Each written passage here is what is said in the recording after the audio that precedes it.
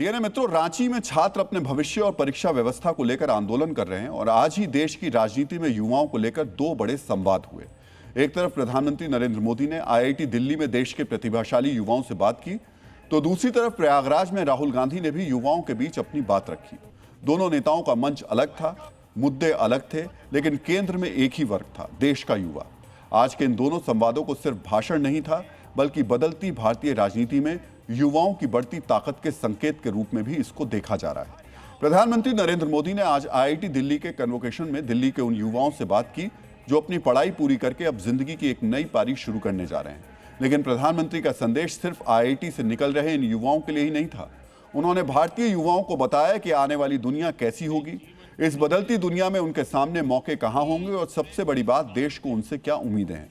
प्रधानमंत्री ने कहा कि आईआईटी की डिग्री सिर्फ परीक्षा पास करने या अच्छा सीजीपीए हासिल करने का प्रमाण नहीं है, बल्कि ये इस बात की पहचान है कि आप कठिन से कठिन समस्याओं का समाधान करना जानते हैं। आपकी डिग्री दुनिया को ये बताती है कि आप कठिन समस्याओं का समाधान करना जानते हैं।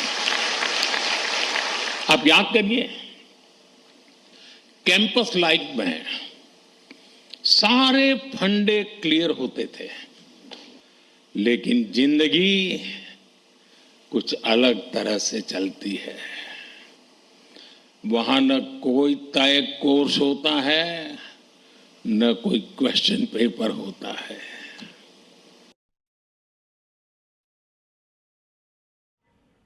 तो आप ये समझ सकते हैं कि प्रधानमंत्री की तरफ से जो देश के युवा हैं उनको ये संदेश दिया गया।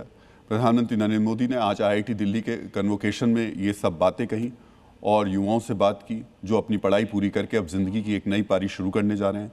लेकिन प्रधानमंत्री का संदेश आईआईटी से निकले युवाओं के लिए ही नहीं था। हमने आपसे पहले ये बात बताई है। वो एक तरीके से दुनिया भर के जो युवा थे उनको ये संदेश देने की कोशिश कर रहे थे। दुनिया भर में जो भारतीय युवा हैं उनको देने की संदेश, इस बदलती दुनिया में किस तरीके की जरूरत है युवाओं की, ये समझाने की कोशिश कर रहे थे। आज Bharat economic self reliance, technological self reliance, industrial self reliance, ऐसे हर सेक्टर में आत्मनिर्भर बनने के लिए काम कर रहा है। यही विकसित भारत की मजबूत नींव का सबूत है। इस मजबूत नींव पर आपको एक भव्य, सुंदर, विकसित भारत का निर्माण करना है। साथियों, विकसित भारत की इस यात्रा में आपकी भूमिका बहुत बड़ी है और मैं साफ मानता हूं, चीप से लेकर के शिप तक सब कुछ यहीं पर आप ही के हाथों से बनेगा। डीएनए मित्रों, आज की राजनीति में जेन जी की अहमियत सिर्फ इस वजह से नहीं बढ़ी कि एक बड़ा वोटर ग्रुप है, बल्कि इसलिए भी बढ़ी क्योंकि ये पीढ़ी पॉलिटिकल नैरेटिव को प्रभावित करने की ताकत रखती है। ये पीढ़ी जिस मुद्दे को देखती है, जिस मुद्दे पर सवाल करती है और जिस मुद्दे को इंस्टाग्राम रील्स, यूट्यूब शॉर्ट्स और सोशल मीडिया पर आगे बढ़ाती है, वो देखते ही देखते राजनीतिक बहस का हिस्सा बन जाते हैं। और इसे पीएम मोदी भी समझ रहे हैं और राहुल गांधी भी। आज प्रयागराज में राहुल गांधी ने युवाओं से 3D संवाद किया। कार्यक्रम का नाम था छात्रों की गूंज। इस दौरान उन्होंने युवाओं की शिक्षा, रोजगार और परीक्षा में पेपर लीक जैसी समस्याओं पर बात की। आपको एक बार राहुल गांधी की बातों को भी ध्यान से सुनना चाहिए। आपका दर्द, आपका डेटा,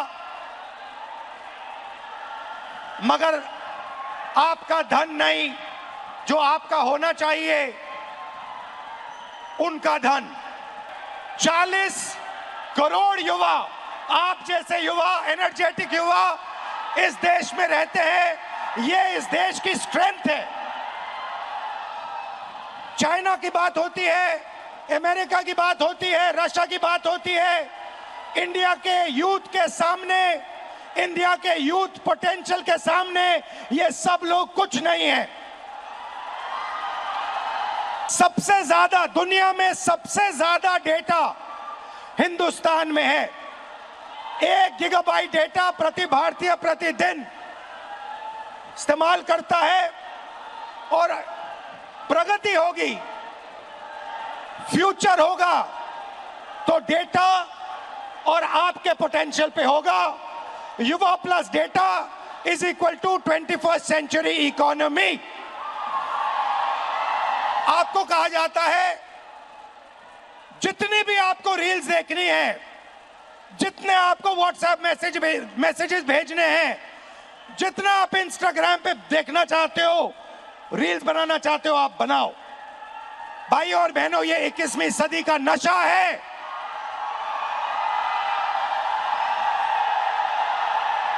ये 21वीं सदी का नशा है। और फिर आपसे कहा जाता है कि ब्लिंकिट में काम करो, ऊबर में काम करो, मजदूरी करो, 21वीं सदी का नशा लो, मगर तुम्हें नौकरी नहीं मिल सकती, रोजगार नहीं मिल सकता इस हिंदुस्तान में। मित्रों, अब राजनीतिक दल भी जेन-ज़ी की पसंद, उसकी भाषा और उसके मुद्दों के हिसाब से अपनी रणनीति और संवाद बदल रहे हैं। यानी राजनीति अब सिर्फ रैलियों और भाषणों से तय नहीं होती, सोशल मीडिया की स्क्रीन पर भी उसका बड़ा हिस्सा तय होता है।